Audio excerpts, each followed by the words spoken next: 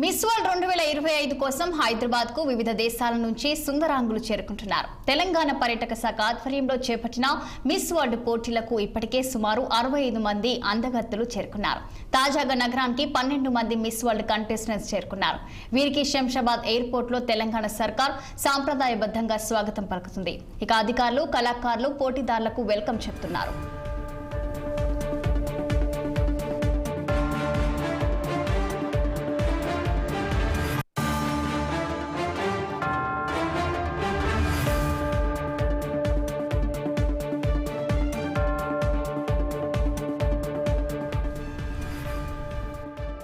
అటు miss world competitions కోసం 120కి పైగా దేశాలకు చెందిన బ్యూటీలు పోటీ పడుతున్నారు. సుమారు 150 దేశాల్లో కార్యక్రమాన్ని ప్రసారం చేయనున్నారు.